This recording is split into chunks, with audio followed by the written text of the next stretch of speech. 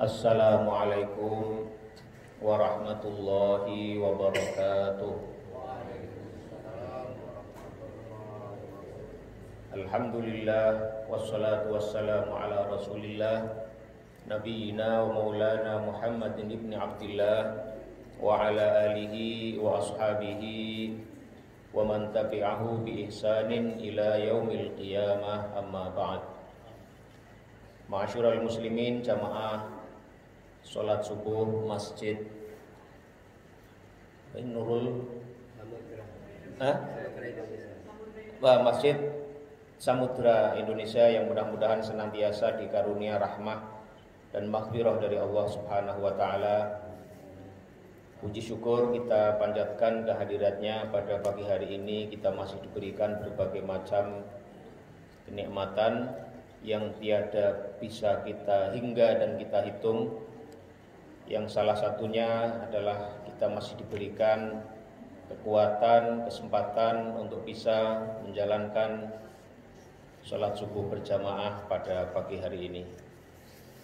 Nah, ma'asyiral muslimin yang dirahmati Allah Subhanahu wa taala, pagi hari ini insyaallah kita akan melanjutkan ngaji ayat-ayat suci Al-Qur'an yang ada dalam juz amma, juz yang ke-30, khususnya yang ada dalam surah Al-Masad. Silakan yang bisa membuka mushaf yang ada terjemahnya, utamanya silakan bisa dibuka, atau yang membawa gadget dibuka aplikasinya agar bisa membaca ayat-ayat serta terjemahnya secara langsung.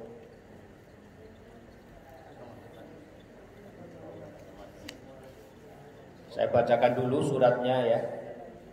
A'udzu billahi minasy syaithanir rajim. Bismillahirrahmanirrahim. Tabbat yada abi lahabin wa tabb. Ya. Watabnya itu qalqalahnya double karena baknya bertasydid, bukan watab. Tapi watab ya. Tabbat yada abi lahabin wa tabb ma aghna anhu maluhu wa ma kasab sayasla naran dhata lahab wa imra'atuhu hammalatal hatab fi jidha hablum mim masad. Ya, ini surah Al-Masad. Surah Al-Masad atau surat Al-Masad ini juga dinamai dengan beberapa nama-nama yang lain. Kalau kita buka berbagai macam mushaf atau kitab-kitab tafsir, surah ini kadang-kadang disebutkan juga sebagai suratu Tabbat, surah Tabbat. Atau ada juga yang menyebutnya suratu Tabbat yada abi lahab. Ada juga sebagian mufassirun, ya, ulama-ulama ahli tafsir yang menyebutkan bahwa ayat ini kadang-kadang juga diberi nama dengan suratu Abi Lahab, surah Abi Lahab. Masing-masing nama daripada nama-nama tersebut itu mengambil kata atau kalimat yang ada di dalam surah tersebut. Nah, surah ini jumlahnya 5 ayat ya, tanpa ada perbedaan di antara para ulama, karena kadang-kadang menghitung ayat itu ada yang berbeda-beda cara menghitungnya. Meskipun Al-Qur'annya sama, tapi kadang-kadang penghitungan ayatnya berbeda-beda. Tetapi untuk surah Al-Masad ini jumlahnya 5 tanpa ada perbedaan di antara para ulama. Nah, mengenai kapan turunnya surat ini, disebutkan oleh para ulama bahwasanya surat ini turun pada fase Mekah, atau sebelum Nabi Muhammad Shallallahu Alaihi Wasallam hijrah dari Mekah menuju Madinah. Karena itu surat ini disebut dengan suratu Makkiyah, surat yang diturunkan di Mekah. Nah, apa sebab turunnya? Diriwayatkan dalam Sahih Al-Bukhari bahwasanya ketika turun satu ayat dalam Al-Quran yang memerintahkan Rasulullah Shallallahu Alaihi Wasallam untuk memulai mendakwahkan risalah beliau secara terang-terangan yang dimulai kepada orang-orang yang terdekat dengan beliau, yaitu yang termaktub dalam surah Asy-Syu'ara ayat 214.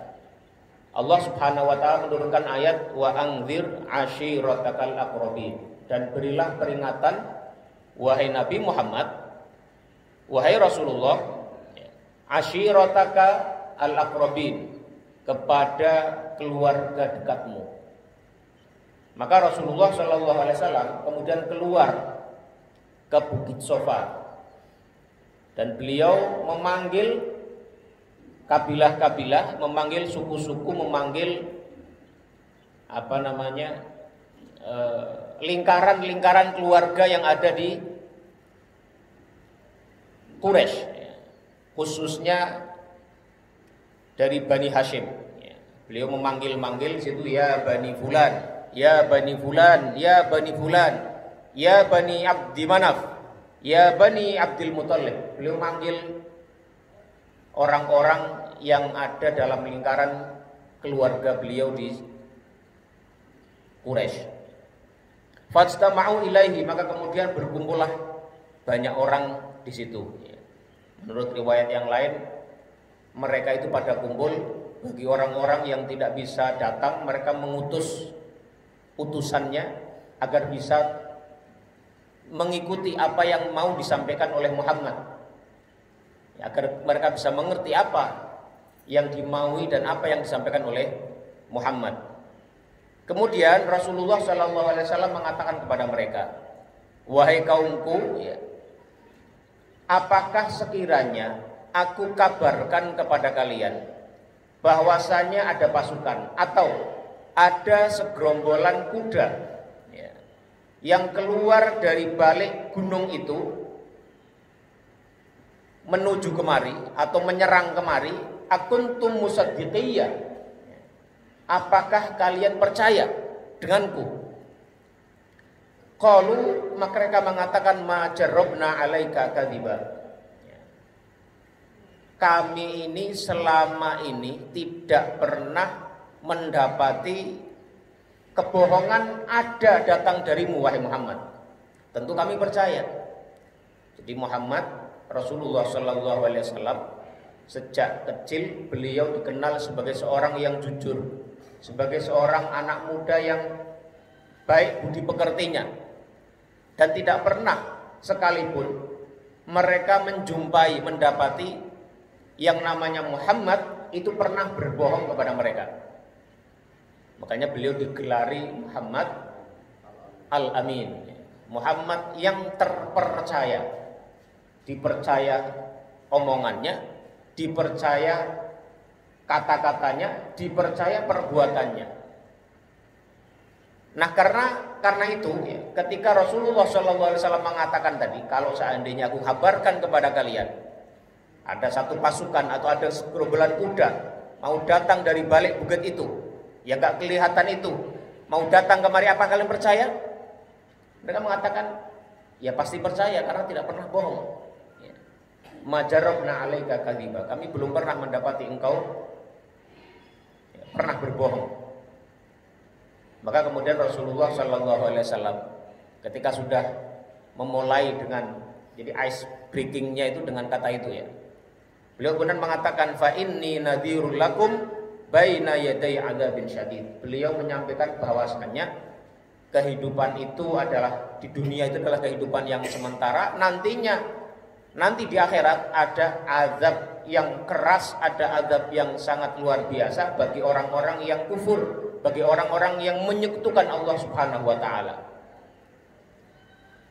Maka di situ ya, ada seseorang namanya Abu Lahab. Salah satu di antara paman Rasulullah sallallahu alaihi wasallam yang kemudian menjadi marah luar biasa dengan apa yang disampaikan oleh Rasulullah sallallahu alaihi wasallam. Maka Abu Lahab ini mengatakan, tabban laka ya Muhammad sairal yaumi alihada jama'tana. Celakalah engkau wahai Muhammad ya, sepanjang hari. Alihada jama'tana, apakah hanya untuk hal seperti ini? Hanya untuk sebuah peringatan tentang hari akhir nanti kamu ini mengumpulkan kami? Maka dari itu kemudian turunlah ayat ini ya, tabbat yada abi lahabi wa tabb ma aghna anhu maluhu wa ma kasab sayasla naran dzatal lahab wa imra'atuhu hammalatal hatab fi jidha hablum mim masad. Ya. Ini kejadian ini menurut beberapa pendapat disebutkan turun pada tahun yang keempat setelah diangkatnya Rasulullah Shallallahu Alaihi Wasallam sebagai seorang nabi dan sebagai seorang rasul. Nah, masyurul muslimin yang dirahmati Allah Subhanahu Wa Taala, kalimat tabbat yada abi lahabi wa tab itu artinya apa? Ya. Tabbat yada abi lahabi wa tab, celakalah atau binasalah, kerusakanlah kedua atau bagi kedua tangannya Abu Lahab. Jadi Abu Lahab ini sekali lagi merupakan nama daripada salah satu paman Rasulullah Shallallahu Alaihi Wasallam. Jadi Rasulullah itu punya banyak paman. Di antara paman-paman beliau yang masih hidup saat beliau menyampaikan dakwahnya, saat beliau diangkat sebagai seorang rasul, itu ada 4, yaitu Abu Lahab. Abu Lahab itu nama aslinya adalah Abdul Uzza, hambanya Uzza. Al-Uzza itu adalah salah satu nama berhala yang disembah oleh orang-orang Quraisy pada zaman itu. Nah, karena Al-Quranul Karim tidak ingin menyebut nama asli beliau, nama asli dia, bukan beliau ya, nama asli dia yang namanya adalah Abdul Uzza, hambanya berhala yang bernama Al-Uzza, itu tidak layak disebutkan nama itu karena nama itu mengandung kemusyrikan. Maka diambillah nama kunyah dia. Kunyah itu sebutan dengan menggunakan kata abun atau umun. Jadi kalau seseorang punya anak, jadi kata abun itu artinya bapaknya atau bapak. Jadi kalau ada seorang punya anak namanya Khalid, maka dia biasa dipanggil kunyahnya dengan Abu Khalid. Dia punya anak perempuan namanya Maryam, maka bisa disebut dengan Abu Maryam. Ada punya anak namanya Al-Qasim, disebut Abul Qasim, dan seterusnya. Tapi kata Abu itu juga bisa menyebut atau menjadi kunyah seseorang dengan sesuatu yang biasa dia kerjakan atau sesuatu yang dia sukai. Misalnya Abu Hurairah, itu kunyah atau nama panggilan untuk menyebut seorang sahabat yang suka dengan kucing kecil. Yang namanya Hirun. Hirun itu kucing, Hurairun itu kucing kecil ya. Maka dia dipanggil dengan Abu Hurairah karena dia penyuka kucing. Orang yang suka berbuat kebaikan kadang-kadang dipanggil kunyahnya dengan Abul Khair. Orang yang suka berbuat keburukan kadang-kadang dipanggil dengan Abu Syar. Nah, Abu Lahab ini namanya aslinya adalah Abdul Uzza. Sekali lagi karena namanya mengandung kemusyrikan, Al-Quran memilih kunyahnya ya, memanggil nama panggilannya disebutkan dalam surat Al-Masad ini dengan sebutan Abu Lahab. Nah, mengapa dia disebut dengan Abu Lahab? Ini ada beberapa riwayat. Ada yang menyebut karena dia pernah punya anak namanya Lahab. Tapi sejarah tidak banyak mencatat nama anak yang namanya Lahab ini. Mungkin dia mati saat masih kecil. Maka dia disebut dengan Abu Lahab, bapaknya Lahab. Namun ada juga yang menyebutkan bahwa sebab mengapa dia disebut dengan Abu Lahab itu karena wajahnya itu berseri-seri dan menyala-nyala seperti nyalanya api. Jadi Abu Lahab ini orangnya ganteng, wajahnya berseri-seri menyala-nyala, maka disebut dengan Abu Lahab. Lahabun itu artinya adalah api yang menyala.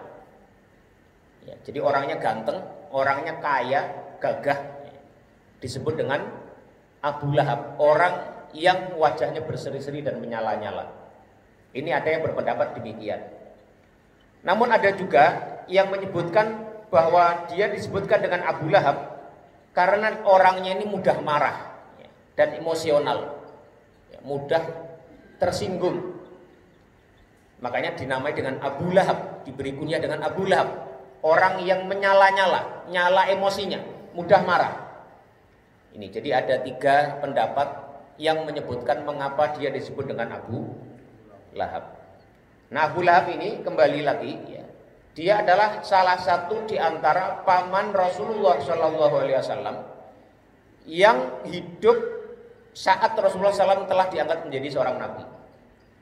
Yang lainnya adalah ada Abu Thalib, paman Nabi yang tidak juga beriman tapi membantu dan melindungi Rasulullah SAW. Ada juga Al-Abbas dan ada juga Hamzah.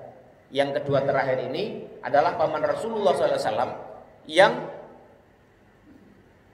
beriman kepada Rasulullah SAW, masuk Islam dan beriman kepada Rasulullah SAW. Jadi hidup itu adalah pilihan. Ada 4 orang paman Rasulullah SAW yang keempat-empatnya ini punya pilihan yang berbeda-beda. Ada yang memilih kufur dan menentang bahkan memusuhi Rasulullah SAW seperti Abu Lahab yang disebutkan dalam surat ini. Yang ketika Rasulullah tadi menyampaikan dakwahnya, dia mengatakan tabban laka sairal yaumi alihada jama'tana, celakalah engkau wahai Muhammad, apakah untuk ini kamu mengumpulkan kami? Dan dikenal sekali Abu Lahab dengan permusuhannya yang luar biasa dalam mengganggu dakwah Rasulullah SAW. Dalam riwayat disebutkan bahwasanya Rasulullah SAW ketika beliau berdakwah kepada orang-orang yang berkunjung ke pasar-pasar penting di Mekah saat itu, ada Dzul Majas, ada lagi pasar Ukas ya. Itu ketika beliau berdakwah, dia mengikuti Abu Jahal ini ya, mengikuti, dan dia berteriak-teriak ya, menyampaikan kepada orang-orang yang didakwai Rasulullah, ini orang gila ini orang yang sudah senewen, kalau bahasa kita itu orang sudah otaknya, jangan kalian ikuti. Ini orang yang sudah menyeleweng dari tradisi kami, jangan kalian ikuti. Nah, orang-orang bertanya, ini siapa orang yang mengatakan begitu? Ini mereka mengatakan, itu pamannya sendiri.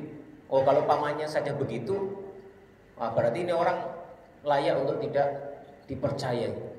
Jadi sedemikian luar biasa permusuhan ya, dan kekufuran serta penentangan yang dilakukan Abu Lahab kepada Rasulullah SAW.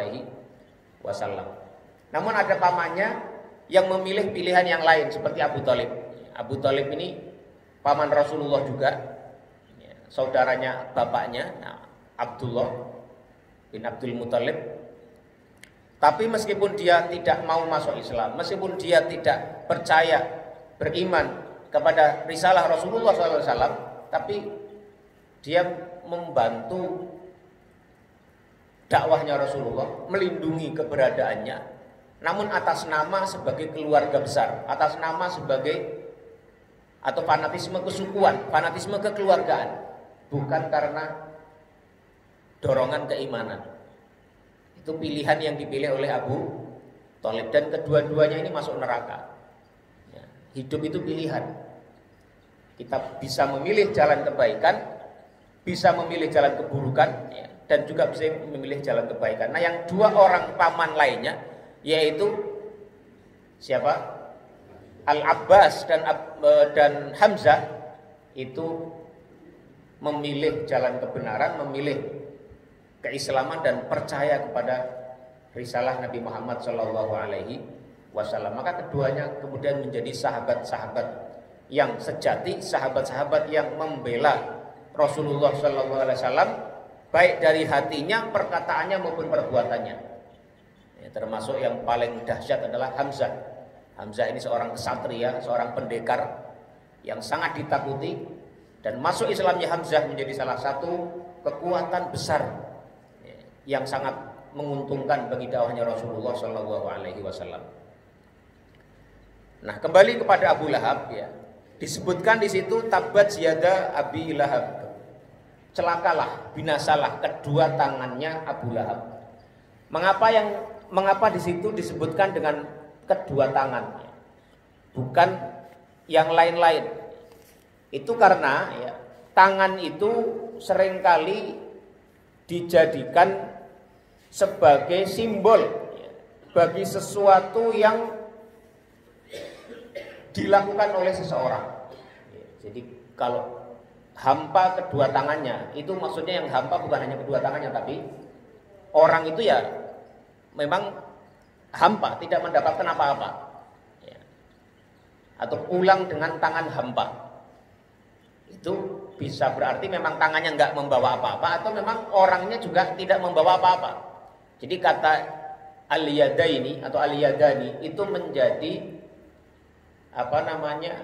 majaz ya, untuk menggambarkan sosok orang itu tapi dengan kedua tangannya. Jadi itu biasa juga dipakai dalam bahasa kita. Misalnya seseorang disebut dengan tidak kelihatan batang hidungnya. Itu maksudnya apa? Ya hidungnya nggak kelihatan, tapi juga orangnya memang nggak kelihatan. Itu majaz ya. Atau misalnya apa lagi? Banyaklah contoh-contoh yang semisal ya. Disebut dengan itu ya, bisa bermakna bahwasanya memang yang dimaksud adalah orangnya. Tapi juga makna itu bisa mengandung bahwasanya celakalah atau binasalah kedua tangan Abu Lahab. Karena kedua tangan itulah ya, yang secara umum banyak melakukan ya, kejahatan kepada Rasulullah SAW. Kedua tangannya Abu Lahab itu. Ini. Jadi tabat yada Abi Lahab, celakalah kedua tangan Abu Lahab, wa tabba, dan benar-benar celakalah dia. Mengapa kata tabba diulangi dua kali? Ya. Kalau para mufassir itu sebagian menjelaskan bahwasanya kata tabat yang pertama itu artinya untuk doa atau harapan. Jadi maknainya tabat yada Abi Lahab, mudah-mudahan atau semoga celakalah kedua tangan Abu Lahab atau Abu Lahab itu sendiri, kalau kita memaknai dengan makna yang metaforis tadi, dengan majaz tadi, wa tabba, dan benar-benar terjadi nyata kecelakaan bagi dia ya, jadi kata tabat disebutkan dua kali itu. Yang pertama itu untuk menyebutkan harapan dan doa ya, semoga celaka, kebinasaan ya, kerusakan menimpa Abu Lahab, wa tabba, dan benar-benar kecelakaan dan kebinasaan itu menimpanya. Ini ya, tabat yada Abi Lahabi wa tabb. Ini.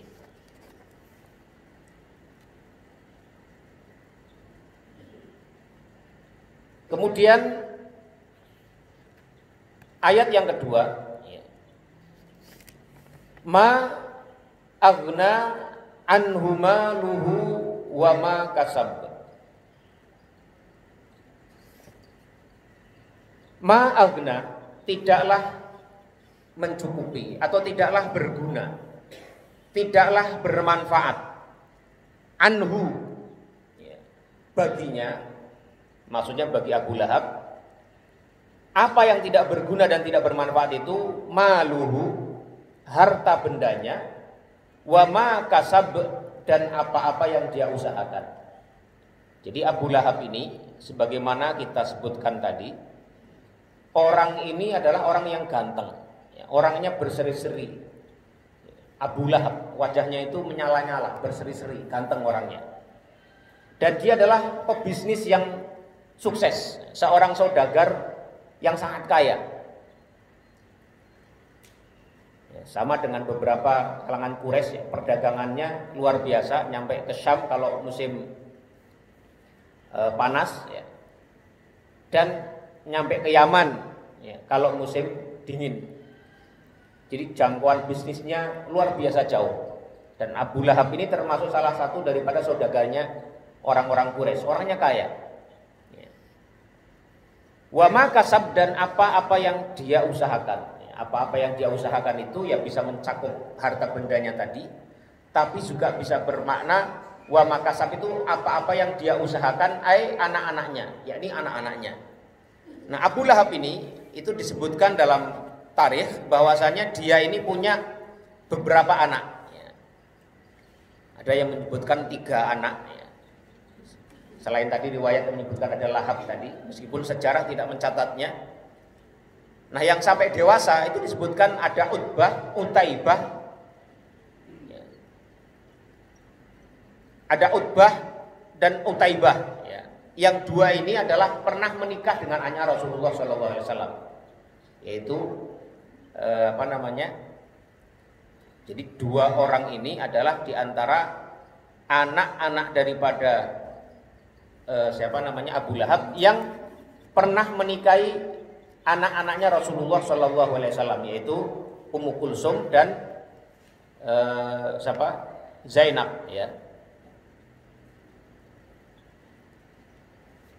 Di masa sebelum Rasulullah SAW diangkat menjadi seorang nabi, dan setelah Rasulullah SAW diangkat sebagai seorang nabi, ya, sebagai Rasulullah, karena kebencian Abu Lahab yang luar biasa kepada dakwahnya Rasulullah SAW, dia menuntut anaknya itu, kedua anaknya Utbah dan Utaibah, untuk menceraikan 2 anak Rasulullah SAW.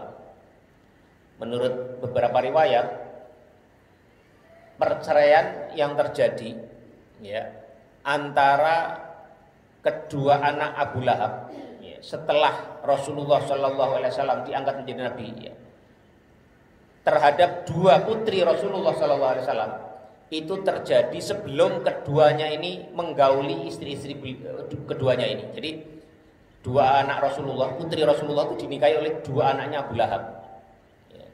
Tetapi kemudian Abu Lahab itu setelah Rasulullah SAW mendakwahkan dakwahnya, risalahnya, dan Abu Lahab memiliki kebencian yang luar biasa, penentangan yang luar biasa kepada Rasulullah SAW, dia juga menyuruh kedua anaknya itu untuk menceraikan kedua putri Rasulullah SAW, dan itu disebutkan keduanya belum mencampuri, ya, kedua putri Rasulullah SAW tersebut, dan nantinya, ya, kedua putri itu akhirnya dinikahi oleh siapa?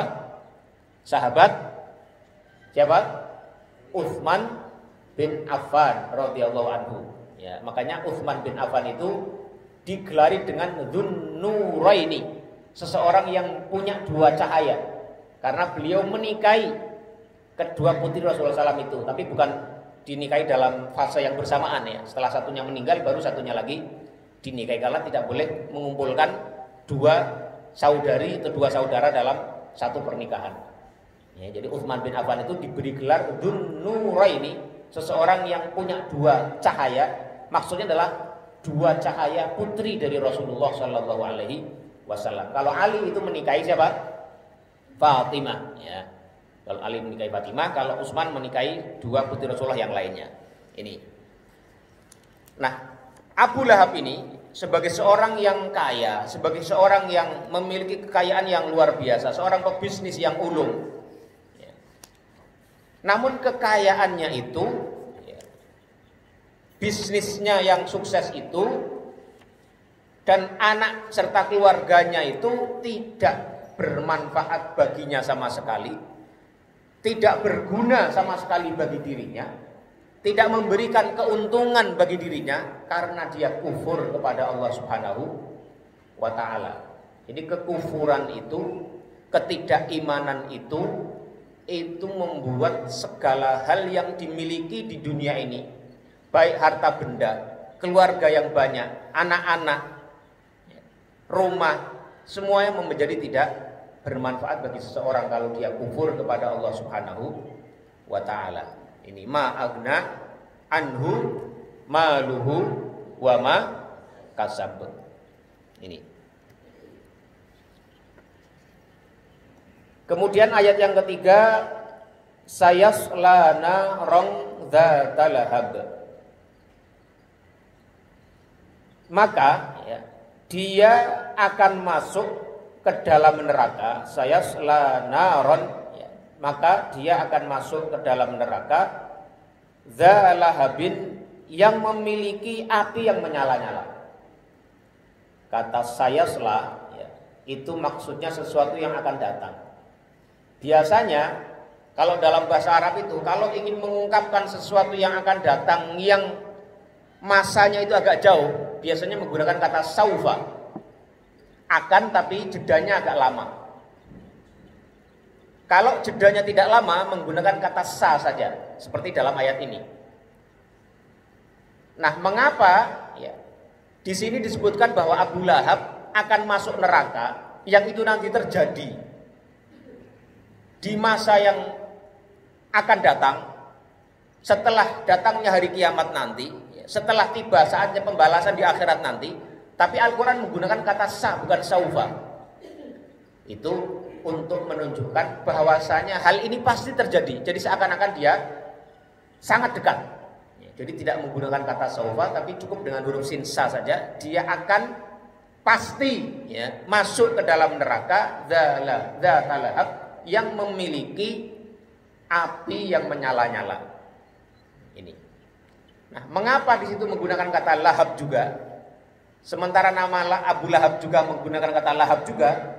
Ini untuk menunjukkan bahwa nama dia, kunyah dia, panggilan dia yang disebut dengan Abu Lahab, wajah yang berseri-seri, wajah yang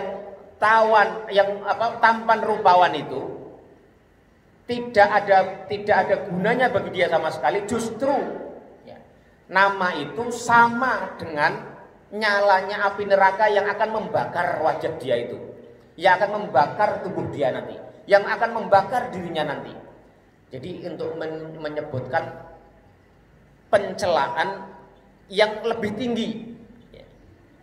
Jadi orang dicela dengan nama yang selama ini menjadi nama sanjungan dia, nama besar dia, itu rasanya lebih kuat lagi celaannya ya. Kan tadi disebutkan dalam beberapa pendapat Abu Lahab itu disebut Abu Lahab karena wajahnya menyala-nyala, betul berseri-seri ya, tampan rupawan namanya. Meskipun ada tadi yang menyebutkan kata Abu Lahab itu karena dia suka pemarah ya. Tapi kemudian kata Lahab ini dengan kata yang sama, redaksi yang sama digunakan oleh Allah Subhanahu wa taala untuk menyebutkan api yang menyala-nyala yang nanti akan membakar dirinya di neraka nanti ya. Tabbat yada abi lahabi wa tabb ma agna anhu maluhu wa ma kasab sayaslana ran dzata lahab. Dia akan masuk ke dalam neraka yang memiliki api yang menyala-nyala. Nah, Abu Lahab ini nantinya ya.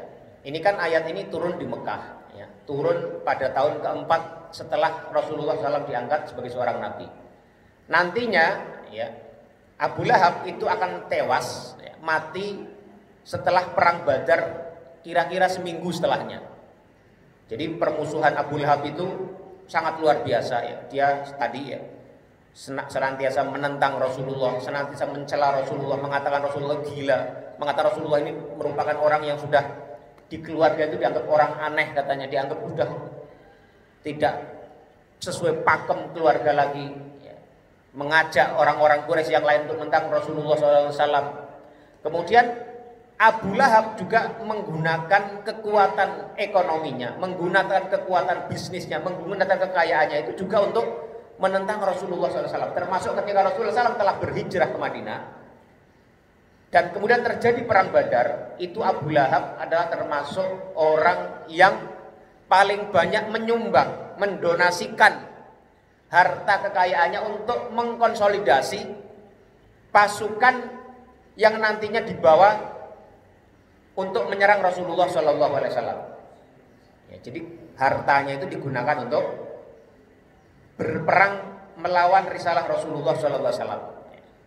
Nah, dia kemudian setelah itu ya, mati kira-kira 7 hari karena terserang satu penyakit yang membuat dia itu dijauhi oleh orang lain. Jadi di dunia dia juga sudah dihukum oleh Allah Subhanahu Wa Taala. Ya, matinya dengan mati yang mengenaskan. Bahkan menurut satu riwayat itu dia sampai orang-orang itu memakamkan dia itu menggunakan kayu karena tidak ingin dekat-dekat dengan dia, tidak ingin memegang dia. Ya, jadi dibawa kemudian dengan dengan benda lain, dan bahkan untuk memasukkan ke kuburan dia itu didorong dengan kayu karena saking bau atau apalah membuat orang itu tidak ingin dekat dengan jenazahnya, dengan mayatnya itu. Ini penghinaan yang Allah berikan sebagai hukuman kepada orang seperti Abu Lahab ini. Ya. Nah, dia nantinya disebutkan di sini saya selana ronda talahab. Ya, dia akan masuk neraka yang memiliki api yang menyala-nyala. Ini. Ya. Tidak berguna tadi hartanya yang dia miliki atau apa-apa yang dia usahakan, tidak bermanfaat sedikit pun ya, dalam menyelamatkan dia dari api neraka. Ya. Itu ada satu riwayat yang mungkin beberapa di antara kita sering mendengarnya ya, khususnya ketika Maulid. Itu ada riwayat dalam Sahih Bukhari memang ya, tapi ini bukan sabda Rasulullah SAW. Itu ada kisah ya, bahwasanya Urwah bin Zubair itu mengatakan ya, falamma mata Abu Lahab, ketika Abu Lahab itu mati, uriyahu ba'du ahlihi bisyarri khaybatin, sebagian dari keluarganya ya, dari kerabatnya itu mimpi melihat bahwasanya Abu Lahab itu dalam keadaan yang menyedihkan, keadaan yang sangat tidak nyaman untuk diceritakan, sebagai bentuk atau wujud siksa dia yang dia dapati setelah kematiannya itu. Qala lahu, ya, maka kemudian keluarganya itu ya bertanya kepada dia, madza laqita, apa yang kau dapati wahai Abu Lahab? Qala Abu Lahab mengatakan, lam alqa ba'dakum ghaira anni suqitu fi hadhihi bi'ataqati Suwaibata. Aku ini tidak mendapatkan rasa nyaman sedikit pun, tidak mendapatkan rasa yang enak sedikit pun, tidak mendapatkan kenyamanan sedikit pun, kecuali ya, aku pada hari ini ya diberikan air, diberikan minum ya, bi'ataqati Suwaibata, karena aku pernah memerdekakan Suwaibah. Suwaibah itu adalah pembantunya ya, atau budak perempuannya siapa namanya? Abu Lahab, yang Abu Lahab memerdekakan Suwaibah ini karena dulu ya, Suwaibah saat masih menjadi hamba sahayanya atau budaknya Abu Lahab itu, dialah yang memberikan kabar kepada Abu Lahab tentang kelahiran Rasulullah Shallallahu Alaihi Wasallam. Karena saking gembiranya Abu Lahab punya ponakan baru dari Abdullah yang sudah meninggal sebelum Nabi Muhammad lahir, maka dia Abu Lahab ini memerdekakan Suwaibah. Ya. Wa kanat Suwaibatu hiyallati basyarathu bi wiladatin Nabi sallallahu alaihi wasallam. Dan Suwaibah ini adalah orang yang mengabarkan kepada Abu Lahab tentang kelahiran Rasulullah, tentang kelahiran Muhammad Rasulullah sallallahu alaihi wasallam. Fa fariha bi miladihi, maka dia bergembira dengan kelahiran Nabi Muhammad ini. Wa a'taqaha li hadhil busyra, maka dia memerdekakan Suwaibah karena gembira dengan kelahiran Muhammad sallallahu alaihi wasallam. Nah, tetapi sekali lagi riwayat ini meskipun disebutkan dalam Sahih Bukhari, tapi dia bukan perkataan Rasulullah SAW. diingat ya, perlu diingat. Riwayat ini adalah diceritakan oleh Urwah bin Zubair tentang mimpinya sebagian keluarga daripada Abu Lahab tentang kejadian keadaan dia setelah kematiannya, ya, yang konon ya disebutkan dia diringankan dari siksanya, itu diberikan minuman sukita, ya, suki itu adalah ani suki itu, aku diberikan air minum itu karena memerdekakan Thuwaibah itu. Nah persoalannya, apakah bisa dimaknai bahwasanya betul demikian? Padahal ini bukan hadis Nabi, meskipun disebutkan dalam Sahih Bukhari sebagai sebuah kisah saja. Ini para ulama menjelaskannya secara panjang lebar ya. Karena itu terkait dengan apakah mungkin seseorang kafir itu mendapatkan manfaat dari amal perbuatannya. Jadi kalau menurut pendapat mayoritas para ulama ya, dan bahkan ini ijma ya, orang kafir itu kalau dia mati dalam keadaan kafir, maka kekafirannya itu menggugurkan semua amal baiknya.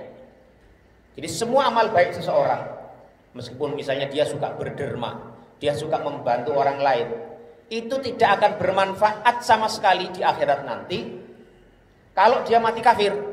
Karena apa? Karena dia tidak percaya kepada Allah Subhanahu wa taala. Dia tidak meyakini adanya Tuhan Allah Subhanahu wa taala. Jadi semua amal baik yang disebut kebaikan di dunia itu tidak akan bermanfaat sama sekali bagi dirinya di hari kiamat nanti. Gugur semuanya. Sama dengan seorang yang Islam, yang masuk Islam, kalau seseorang itu sebelum masuk Islam dia berbuat jahat, dia berbuat maksiat sepanjang hidupnya, kalau dia masuk Islam dan mati dalam Islam itu, maka seluruh ya kemaksiatan yang pernah dia lakukan, seluruh dosa yang pernah dilakukan akan gugur dengan keislaman dia, selama dia setelah Islam itu bertobat dan tidak lagi mengulangi perbuatan-perbuatan maksiatnya itu. Ini ya. Jadi kemudian para ulama juga memberikan penjelasan ya. Itu tadi ya. Ma'agna anhu maluhu wa makasab, tidak berguna bagi dia harta bendanya dan seluruh apa perbuatan yang pernah dia lakukan di dunia. Wa makasab. Wa makasab itu maknanya umum, bisa anak-anaknya, bisa semua perbuatan-perbuatan yang dianggap pernah berbuat baik, itu tidak akan bermanfaat lagi bagi dia karena kekufuran dan permusuhan dia kepada Islam dan Rasulullah Sallallahu Alaihi Wasallam. Itu ya. Ini sekali lagi dalam Sahih Bukhari, tapi bukan sabda Rasulullah, tapi hanya cerita tentang mimpi keluarganya. Jadi mimpi ini juga bisa dipertanyakan apakah bisa dijadikan dasar atau tidak. Selain itu, ya, ada ayat-ayat dalam Al-Quran yang lain yang menyebutkan bahwasanya seorang kafir itu di neraka nanti tidak mendapatkan keringanan ya. Itu sebagaimana dalam surat Fatir ayat 36 Allah berfirman, walladzina kafaru lahum naru jahannam la yuqda alaihim fayamutu wa la yukhaffafu anhum min adzabiha. Dan orang-orang kafir itu nanti di hari kiamat lahum naru jahannam, mereka akan mendapatkan neraka jahanam, la yuqda alaihim fayamutu, mereka tidak kemudian akan mengalami kematian. Jadi hidup terus dengan siksaan yang tidak ada hentinya. Wala yukhaffafu anhum, dan tidak sekali-kali diringankan bagi dia azab itu. Wala yukhaffafu anhum min adzabiha, dan tidak sekali-kali diringankan bagi mereka dari azab api neraka itu. Ini dalam surat Fatir ayat 36. Di ayat yang lain Allah Subhanahu wa taala juga berfirman, wa qala alladziina fin nari li khazanati jahannam ud'u rabbakum yukhaffif 'anna yawman minal 'adzab. Orang-orang nanti di hari akhirat, orang-orang kafir itu yang di neraka, mereka akan mengatakan kepada para penjaga-penjaga neraka, penjaga-penjaga jahanam, wa qala alladziina fin nari li khazanati jahannam.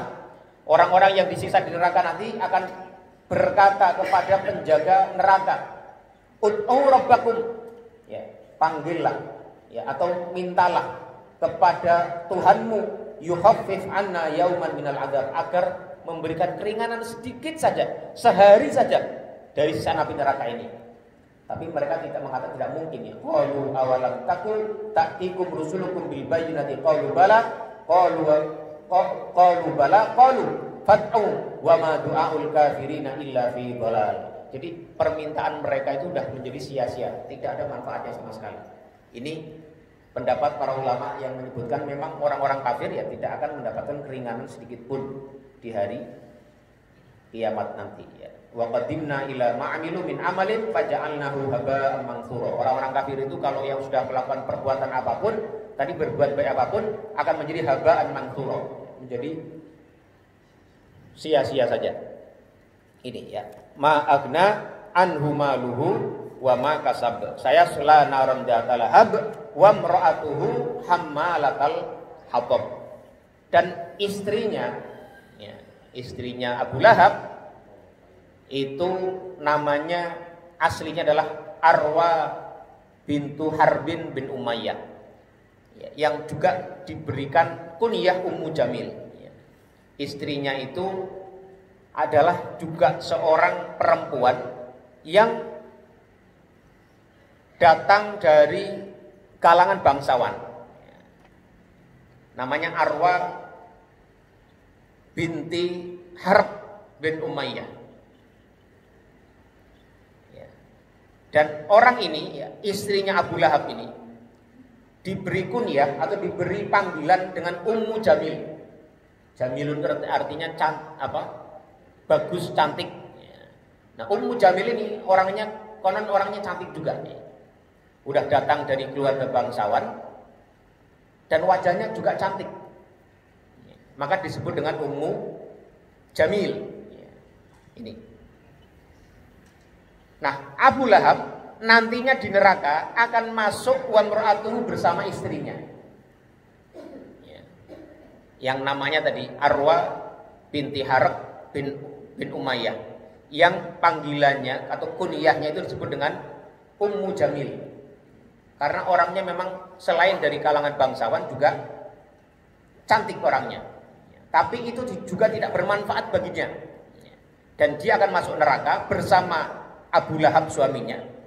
Hammalatal hatab, dalam keadaan dia membawa kayu bakar. Ini. Nah, membawa kayu bakar ini menurut para ulama itu maknanya bisa dimaknai dengan beberapa makna. Yang pertama itu adalah maknanya hammalatal hatab itu karena Ummu Jamil tadi, istrinya Abu Lahab, itu juga ikut serta bersama suaminya, bermitra, berkongsi, bersinergi sama suaminya untuk merintangi dakwah Rasulullah SAW. Dan seringkali dia membawa kayu-kayu, membawa duri-duri untuk merintangi jalannya Rasulullah SAW.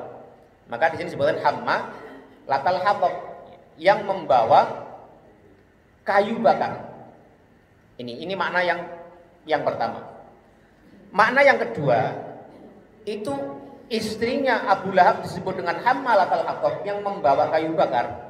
Itu sebagai majas atau sebagai metafor bahwasanya orang ini itu kerjaannya, mulutnya itu adalah yang membawa atau suka mengadu domba, suka memprovokasi orang sehingga memunculkan permusuhan, memunculkan kedengkian, seakan-akan dia orang yang membawa kayu bakar. Karena kayu bakar itu kalau dibawa nanti dibakar menimbulkan kebakaran. Maka disebut dengan hammalatal hatab ay kanat tamshi bin namimah. Dia sering datang dengan gosip, dengan fitnah, dengan hoax ya, dengan kebohongan-kebohongan yang memicu terbakarnya hubungan antara satu orang dengan yang lainnya, memicu terbakarnya relasi yang baik antara satu keluarga atau satu kolega dengan yang lainnya. Ini ya, itu makna yang kedua. Hamma latal hatab. Namun ada makna yang ketiga. Hamma latal hatab itu adalah untuk menunjukkan bahwa nanti ya di hari akhirat ya, Abu Lahab ini akan disiksa ya, di neraka, dan istrinya itu yang seakan-akan membawakan kayu bakarnya. Jadi untuk menunjukkan siksaan yang yang kejam sekali, yang mantap sekali terhadap orang-orang yang permusuhannya kepada Rasulullah sangat dahsyat sekali itu dengan seperti itu. Karena Abu Lahab bersama istrinya itu dalam satu keluarga bukannya saling menasehati dalam kebaikan, bukannya saling membantu dalam kebenaran, tapi justru saling membantu dalam kekufuran dan penentangan kepada Rasulullah.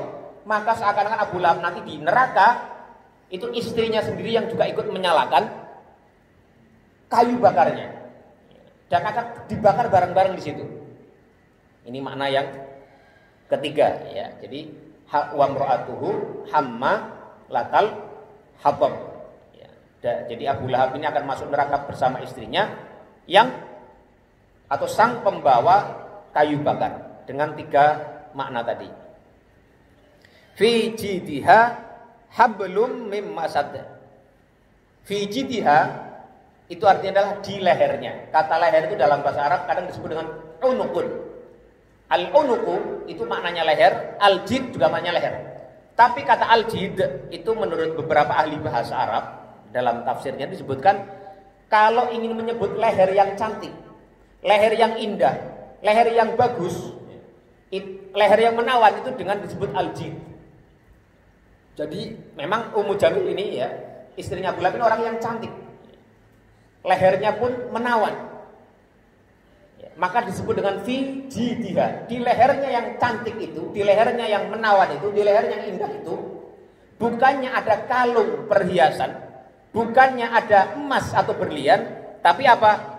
Hablun min masad. Ada tali dari sabut. Ya, sabut itu kalau kita punya memang ada yang masad itu, al-masad itu ada yang menyebutkan itu adalah salah satu jenis daripada pohon khusus di Yaman ya, yang biasa digunakan untuk berbagai kebutuhan sabutnya itu. Namun ada yang mengartikan bahwasanya al-masad ai al-lif asyadidul khashin ya. Satu sabut yang sangat kasar sekali. Ya, ini. Namun ada juga sebagian tafsir yang menyebutkan al-masad itu adalah satu hablun min masad itu adalah seperti rantai yang terbuat dari baja atau dari besi. Jadi ini untuk menunjukkan penghinaan ya kepada istrinya Abu Lahab yang kelakuannya itu bersama suaminya memusuhi Rasulullah, merintangi dakwah Rasulullah, mengganggu Rasulullah dengan kayu bakarnya tadi atau merantangi dengan duri-durinya tadi. Itu di lehernya yang cantik itu bukannya kalung berlian tapi adanya adalah hablun ya. Tali atau rantai min masad dari besi kalau menggunakan makna yang tadi, atau hablun min masad rantai bukan rantai, tali dari masad, dari sabut yang kasar sekali. Dari ini untuk menunjukkan penghinaan kepada istrinya Abu Lahab. Atau kalau untuk menggunakan makna yang pertama tadi, yang dimaknai dengan hablun min masad, dengan rantai dari besi tadi, bahwa nanti di hari kiamat dia akan disiksa dengan diikat dengan rantai dari baja atau tali dari sabut tadi. Jadi untuk memaknai untuk memaksudkan penghinaan atau untuk memaksudkan siksaan yang akan diterima Abu Lahab dan istrinya di hari kiamat nanti. Istrinya itu akan diikat ya, lehernya dengan sabut yang sangat kasar sekali. Ini ya. Tabbat yada abi lahabi wa tab ma aghna anhu maluhu wa ma kasab sayasla naran dzata lahab wa imra'atuhu hamma latal hatab fi jidiha hablun min masad. Nah, sekarang setelah kita mengerti makna daripada surah Al-Masad ini, kita masuk kepada nilai-nilai apa yang bisa kita ambil daripada ayat-ayat ini, dari surat Al-Masad ini. Yang pertama tadi ya, hidup itu pilihan ya. Tadi disebutkan ada 4 paman Rasulullah yang hidup setelah Rasulullah diangkat sebagai nabi, tapi ada 2 yang memilih kufur. Yang satu memilih kufur dan memusuhi serta melawan, menentang, bahkan ya mengkonsolidasi kekuatan untuk menyerang Rasulullah SAW. Itulah Abu Lahab yang disebutkan dalam ayat ini, dan disebutkan juga balasannya secara nyata bahwa dia akan disiksa masuk neraka yang menyala-nyala, dan bahkan istrinya juga yang membantu dia, yang bersama-sama dengan dia, ya, itu juga mendapatkan kehinaan dan sisaan yang kurang lebih hampir sama. Ya.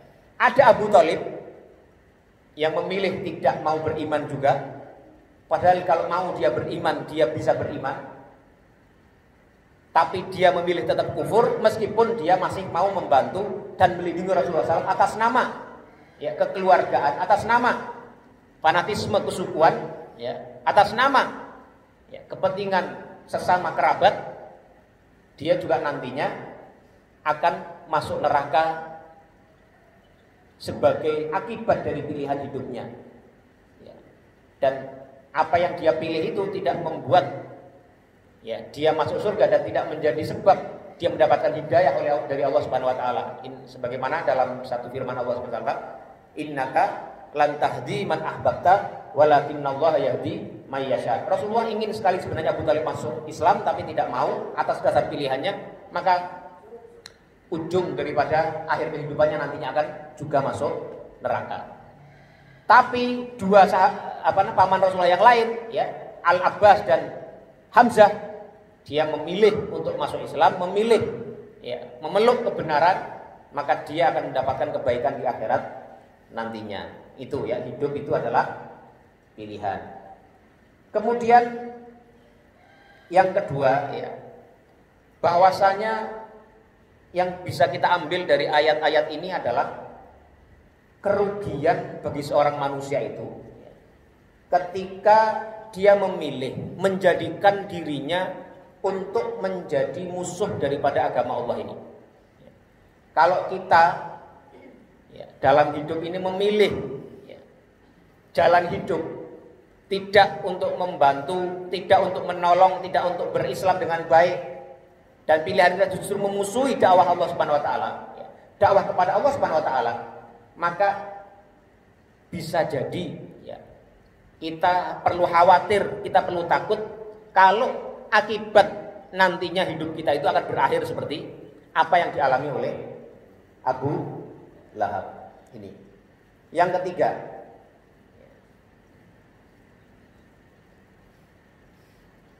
celakalah bagi Abu Lahab ini, ya, kebinasaan bagi Abu Lahab ini, ya. Ma'agna anhu maluhu wa makasab. Tidak bermanfaat sekali baginya kekayaannya itu, hartanya itu, maupun apa yang dia usahakan. Ini juga menjadi pelajaran kepada kita, ya. Celaka bagi kita, sungguh disayangkan bagi kita kalau kita ini mengalami hal yang sama. Tidak bermanfaat harta kita, tidak bermanfaat apa-apa yang kita usahakan, tidak bermanfaat bagi kita apa yang pernah kita perbuat kalau kita tidak menjaga keimanan kita, ya, keislaman kita sampai akhir hayat kita nantinya. Ya. Ini yang ketiga. Yang keempat, ya,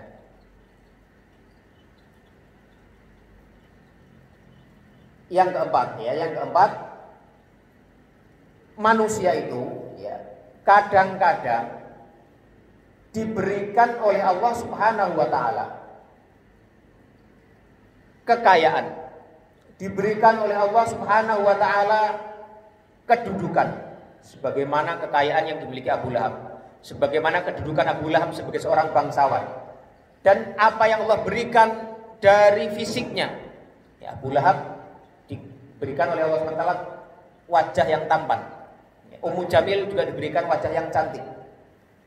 Tapi kadang-kadang, ya, apa yang Allah berikan dari kemanfaatan duniawi yang kita miliki itu, yang manusia miliki, justru membawa seseorang kepada kesesatan, ya, karena dikuasai oleh syahwat, ya, nafsu yang lebih menyukai hal-hal yang sifatnya duniawi tadi. Jadi orang-orang Quraisy itu banyak yang tidak mau berislam, tidak mau beriman, itu hanya gara-gara dia merasa nama besarnya tidak ingin disaingi oleh Muhammad. Ada yang gara-gara tidak ingin kekayaan, dia merasa kaya dengan hartanya, sehingga tidak ingin adanya perubahan. tidak ingin ada seorang datang baru dengan ajaran baru yang mempersamakan antara orang miskin dengan orang kaya, yang tidak membedakan antara orang biasa dengan pejabat, dengan bangsawan. Ya, karena itu hati-hatilah kita dengan apa yang sudah kita capai. Kita punya karir, kita punya capaian prestasi, kita punya kekayaan, kita punya segala hal yang di dunia ini. Jangan sampai justru apa yang kita dapatkan itu menyeret kita kepada kesesatan, menyeret kita kepada kemungkaran, menyeret kita kepada melepaskan dari keimanan dan keislaman kita kepada Allah Subhanahu wa ta'ala. Ingat ini, tabbat yada abi lahabi wa tab ma agna anhu maluhu wa ma kasab. Ini yang berikutnya lagi. Ini masih bisa menunggu atau nunggu ya? Sebentar lagi ya. Ya. Ini ada juga kita ya dalam kehidupan kita sehari-hari. Itu kadang-kadang kita mendapatkan tadi prestasi. Kalau orang-orang yang aktif di media sosial mendapatkan followers, mendapatkan likes yang banyak, mendapatkan dukungan supporter yang banyak. Ya. Tapi kadang-kadang itu semua adalah sesuatu yang sifatnya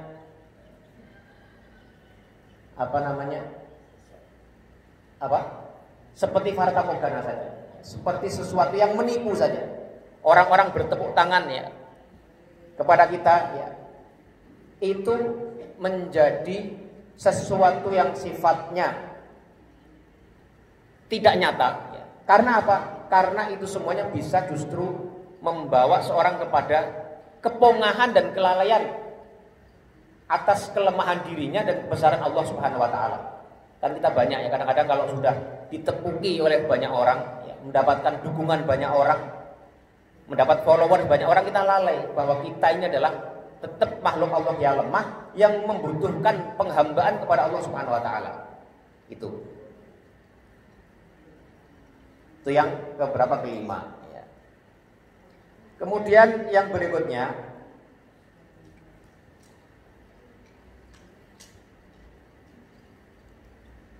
yang keenam ya, al-amwalu wal mas'uliyatul lati yahibuha Allah ta'ala lil insanin idza lam takun aunan lahu 'alal haqqi wa illa kanat sababan kabiran fi khasaratihi lid darain. Harta benda itu, tanggung jawab itu, jabatan itu, kedudukan itu yang diberikan oleh Allah Subhanahu wa taala kepada manusia, kepada kita semuanya, kalau tidak bisa digunakan untuk kebaikan, untuk menolong agama Allah Subhanahu wa taala, untuk membantu kebenaran, maka bisa justru menyeret seseorang kepada kerugian baik di dunia maupun akhirat. Ini ya. Jadi kalau kita punya kedudukan, punya harta, jabatan, manfaatkanlah ya untuk menyebarkan kebaikan, manfaatkanlah untuk membela kebenaran, bukan justru sebaliknya. Kalau sebaliknya, maka yang didapati tidak lain hanyalah kerugian di dunia maupun di akhirat. Ini. Kemudian ya, hal lain yang bisa didapat daripada ayat ini. Ini surat ini diturunkan di Mekah. Ya. Jauh sebelum kematiannya Abu Lahab. Abu Lahab itu mati kira-kira 10 tahun setelahnya. Karena ini turun pada sekitar tahun keempat setelah kenabian Rasulullah SAW. Kemudian nantinya Rasulullah SAW hijrah pada kira-kira setelah 11 tahun kemudian ya. Ketika beliau setelah 11 tahun berdakwah di Mekah ya. Kemudian setelah perang Badar itu kira-kira terjadi tahun kedua hijrah ya. Setelah hijrah Rasulullah, dan seminggu setelahnya Abu Lahab ini mati. Nah, di masa itu, ini kan ayat ini sudah turun, celakalah bagi Abu Lahab dan istrinya, kira-kira begitu singkat katanya ya. Seandainya Abu Lahab ini dan istrinya mau berpikir, terbetik dalam hatinya, saya mau membuktikan bahwasanya ayat-ayat yang diklaim oleh Muhammad adalah wahyu dari Allah, itu adalah dusta belaka, maka kalau dia mau, dia bisa berpura masuk Islam sebenarnya, menunjukkan bahwa dia masuk Islam, sehingga dia bisa membuktikan bahwa itu Muhammad bohong. wahyu yang menyebut tabbat yada abi lahabin wa tab itu adalah satu hal yang palsu. Tapi itu tidak dilakukan oleh Abu Lahab. Ayat ini, surat ini, jauh sebelum Abu Lahab meninggal, jauh sebelum Abu Lahab tewas, mati, ini sudah menyebutkan bahwasanya Abu Lahab nanti akan mati dalam kekufurannya. Bersama dengan istrinya juga akan mati dalam kekufurannya. Mengapa? Karena dia nanti akan disiksa di neraka. Dan ternyata itu adalah satu hal yang benar. Ini mukjizat dari Al-Quran. Abu Lahab tidak terbetik dalam hatinya sedikit pun mau masuk Islam, mau beriman secara sungguh-sungguh sehingga membatalkan surat ini, atau setidaknya masuk Islam secara berpura-pura untuk membuktikan pada kaumnya bahwasanya Muhammad itu bohong, bahwa wahyu yang diturunkan kepadanya itu adalah tidak benar. Dan itu ternyata tidak terjadi sama sekali. Ya, Abu Lahab dari awal sampai akhir terus memusuhi Rasulullah SAW dan mati dalam keadaan kafir. Dan ayat ini, surat ini terbukti ya, menyatakan bahwasanya Abu Lahab adalah orang yang akan mati kafir dan nantinya akan disiksa masuk ke dalam neraka, saya selana ron za